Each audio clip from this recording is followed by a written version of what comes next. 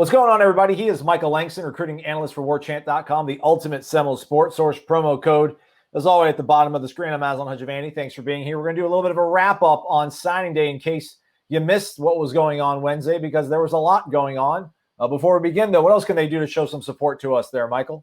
Yeah, you can hit the like button to kind of support us and help these things go really smoothly. And so hit that like button for us. That's right. Yeah, it also shows, Michael, that you appreciate him staying up long, crazy, inhumane hours and depriving himself of family time and food.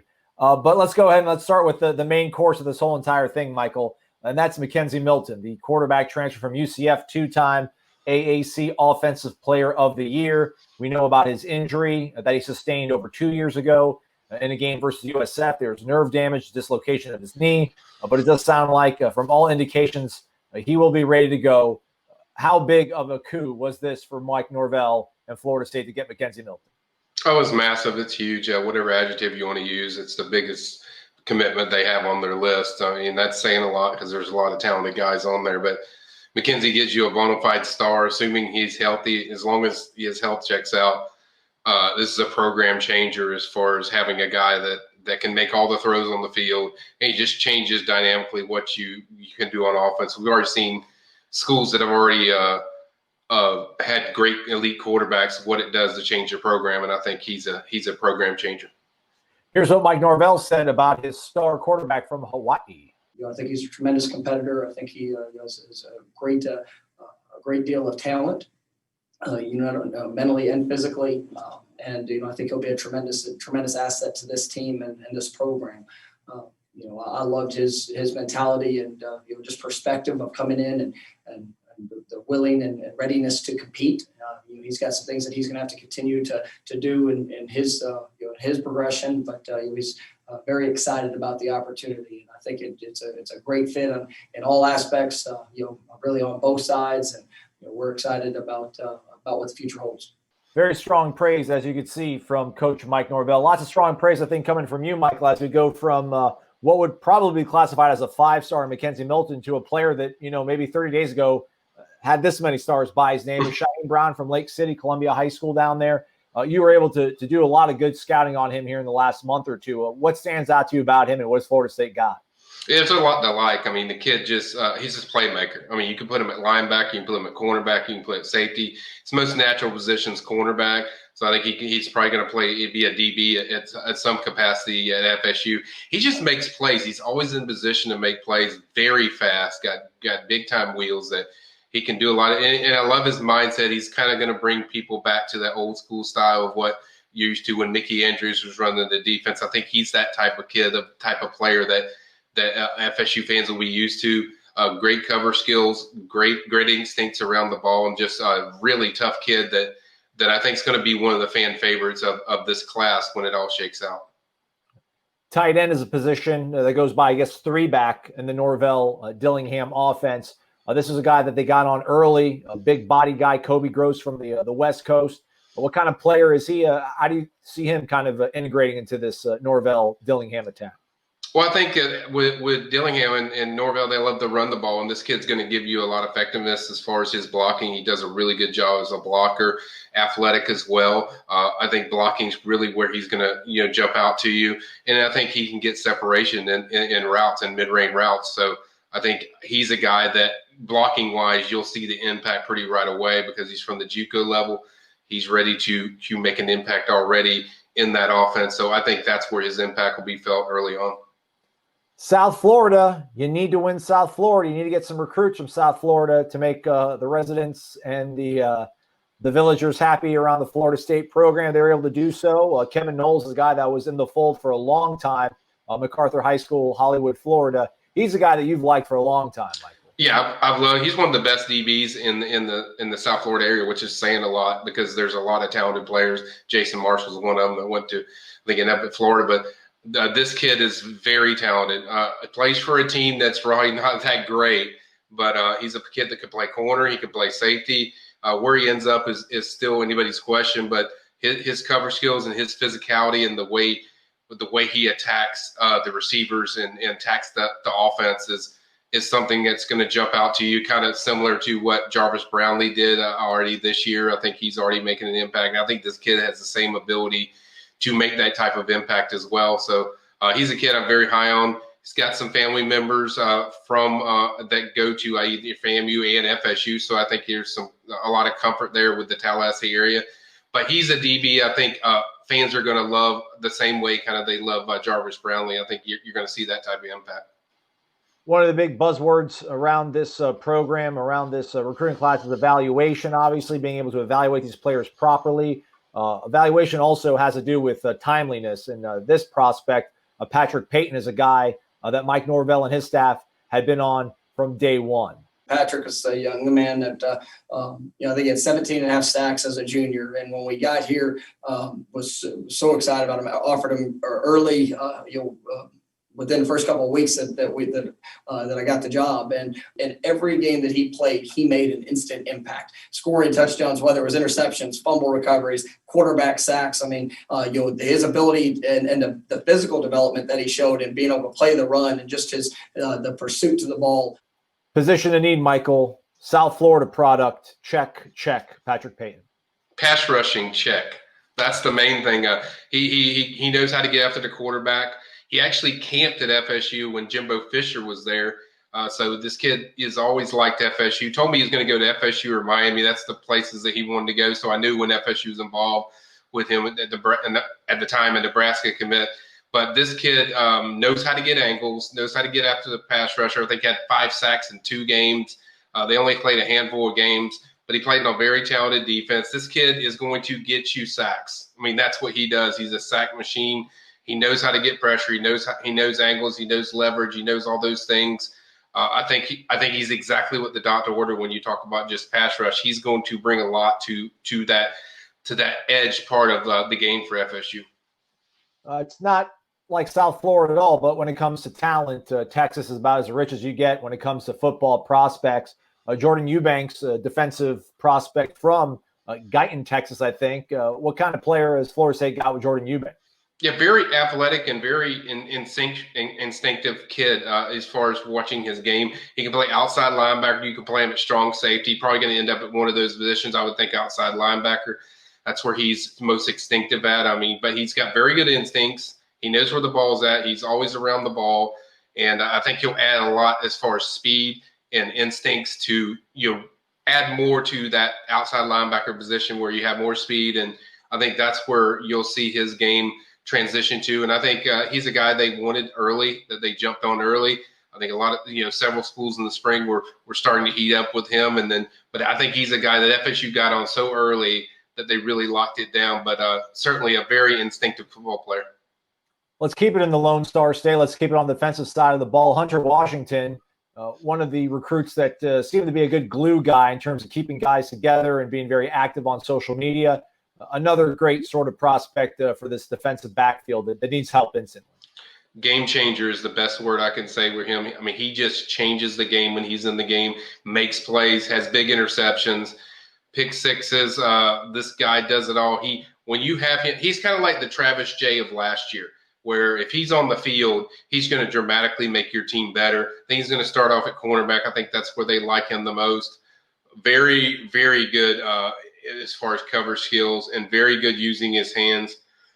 And he does an excellent job of tracking the ball, very similar to the way Travis Jay was. So bell cow this class does a great job and still recruiting for FSU. He's already told me 2022 we're going to set the tone.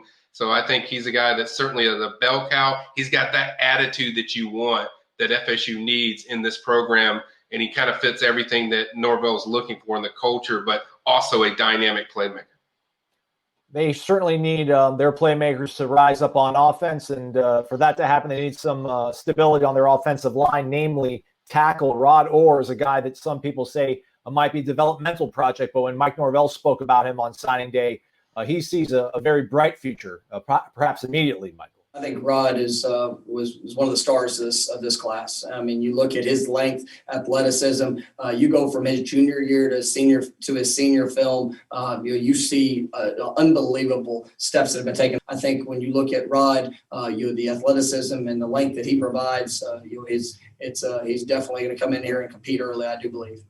Yeah, I mean, I kind of fit it to the kid they went after Mississippi State that they got a commitment from, and then he later flipped. I forget his name, but yeah, Cross. It ended up a really high-rated player. He does some of the same things that Charles Cross does as far as just hand placement, technique, athletic ability, bend, flexibility.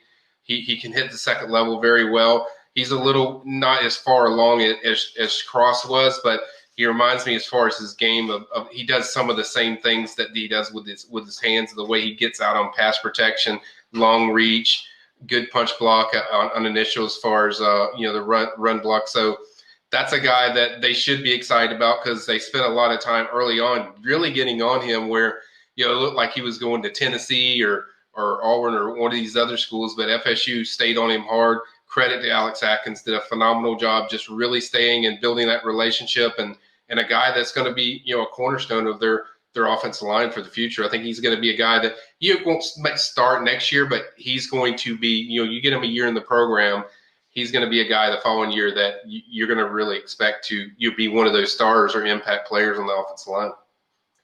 Let's keep it in the Deep South. Let's go to the Palmetto State. Joshua Burrell is a guy, another one that you've been a big fan of, at least on a personal level. Just seems like a really terrific young man.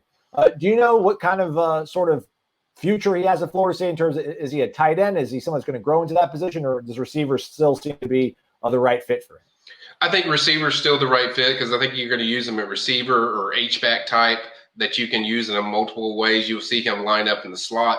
You'll see him line up at the tight end position. You'll see him line up at wide out. He's a big matchup problem because he's got enough speed to be faster than a linebacker, but he's strong enough to handle corner that are cornerbacks that you face. So he's a matchup issue for a lot of teams, and that's what he's caused. Great hands, knows how to go out and high point the ball very well. Not blazing fast, but not slow either.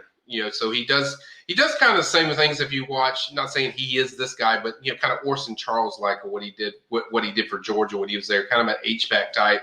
But I think he's a guy that can cause a lot of matchup issues.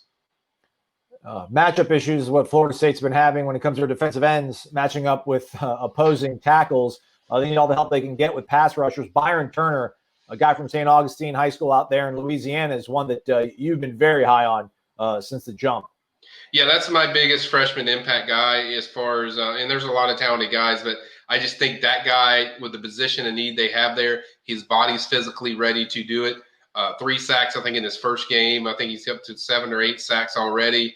That guy, it's kind of like the same thing with Patrick Payton. He knows how to get angles. He knows how to get leverage, but the difference is his body's ready to handle, the college level. So college level offensive linemen are not going to impact him that much. He really knows leverage and angles, and the guy does a really good job with his hand, very violent hands, gets off the line, and can really get after the quarterback. So he's my freshman impact guy. If I'm looking for one freshman as far as the defensive ends, I think it's going to make an impact. It's going to be Byron. I mean, Byron's had a phenomenal senior year. Let's go back to the offensive line now. Bryson Estes, I think probably one of the first offensive line commits this program was able to get. How do you project him playing out, Michael? Is he a tackle, interior guy? I think he's probably center. Can play center or guard. I think that's where they love him the most. It was an interesting story where he visited for a junior day. Really loved it. You could tell, like, if FSU offered, there was going to be a really good chance.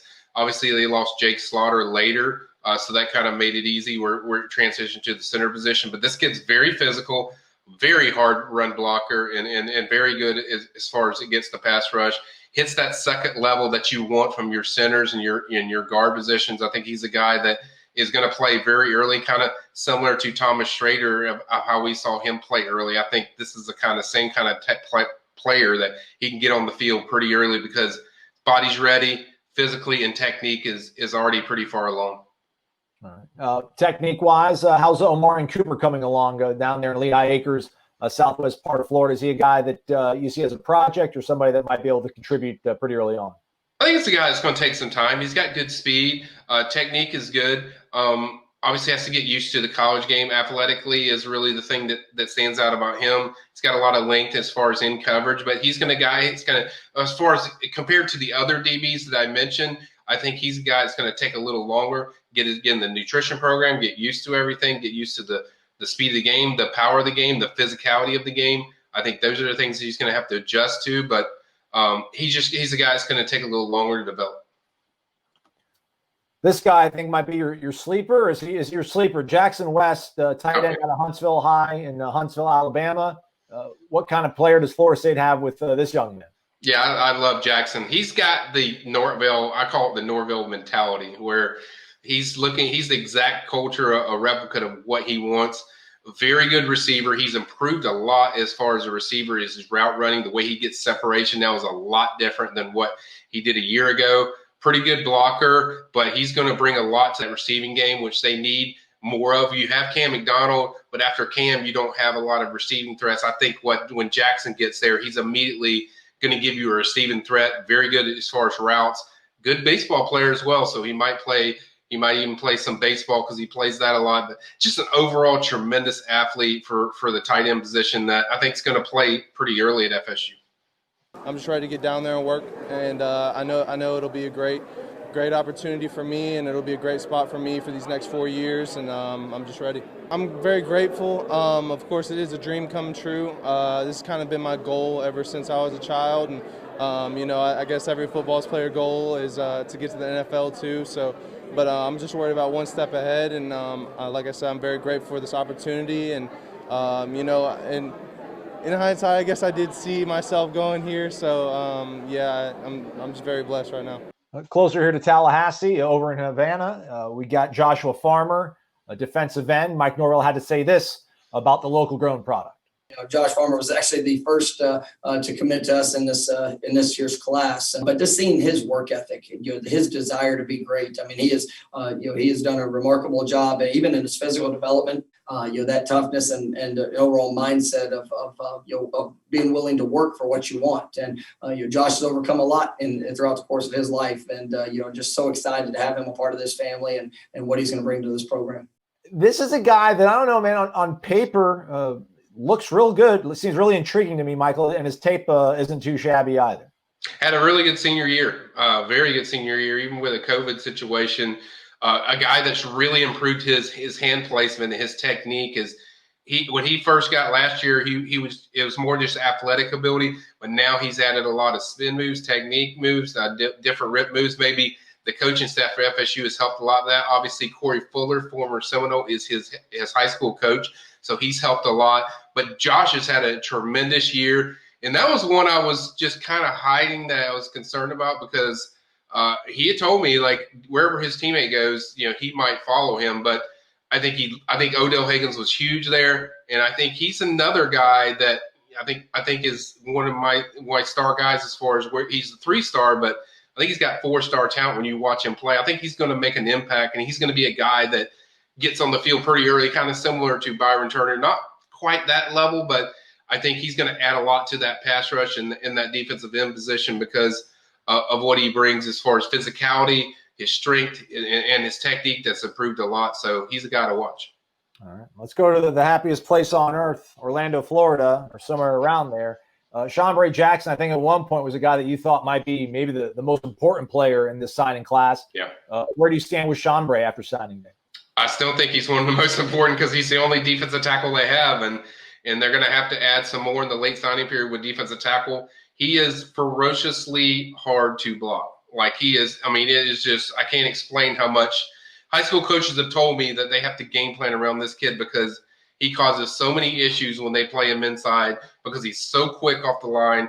Rip technique is phenomenal. He is so quick with his footwork that he's a great downhill runner as far as chasing plays down. And he's a guy that I think, along with Byron, is going to play a lot as a young guy because he can cause so many problems. As Coach JP has said even today that, he is one of the most athletic interior guys you'll find. So that was a tremendous coup for FSU to get Odell Higgins, another one that Odell had a big part in, and certainly a kid that I think can help you immediately on that defensive line. sometimes you got to capitalize on other people's misfortune. Mike Norvell and company did so with the commitment of George Wilson, the signing of George Wilson, longtime South Carolina commit.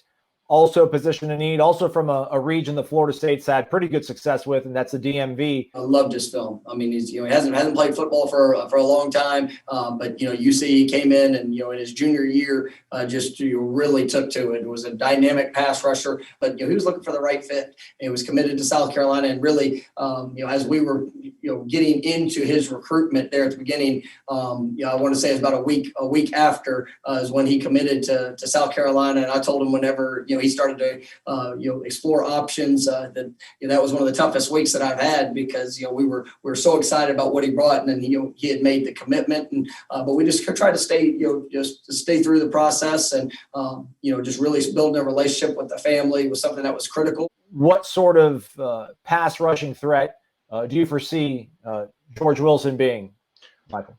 Pretty solid pass rusher when you watch him, kind of similar to what some of the same things Byron Turner does. If you watch their film, it's kind of similar. Hands get off quick, violent, very strong. Got kind of the leverage you look for. Body is where you want it to be going into college. I think he's a guy that there's not going to be a great big transformation as far as his body. So I think he'll add a lot to that pass rushing. And you look at all these guys along with him, it's just they look for edge rushers that can really get after the quarterback, and he fits every characteristic with that. All right, so I'm not all that good at math, but that's 16 guys, 9 left if they want to get to that 25 number, but you're thinking they still might oversign, so a buckle up is going to be fun between now and February? Absolutely. I think they're going to oversign. That's the impression I get. Obviously, some of these will be early enrollees. I know some of them are going to early enroll. I think 5 or 6 of them. So it'll be interesting how they juggle that, as far as meeting that number that they want, but they're probably going to oversign. But yes, there's going to be more guys. This is just the start. I think defensive tackle, linebacker, I think that's where you'll see a heavy focus in the portal, and also the rest of this class. I think that's kind of the areas that they need to finish off. I mean, those are the weak points as far as what they need to improve. Need to get some more receivers. You only got 1, so they're obviously going to have to add at least 2 more high school kids, and then maybe even 2 more from the portal. So receiver, defensive tackle, and linebacker, I think, are areas that you're going to see FSU focus hard on in this later signing period. All right, man. That's the end. Between you and I have a very long day. I think I've spoke to you more today than I have my entire family this entire month. But I do appreciate the knowledge. I know all of our subscribers do as well. Hit the thumbs up button on your way out if you're listening to us on YouTube and watching us on YouTube. Michael, as always, your time and knowledge is appreciated. My pleasure, man.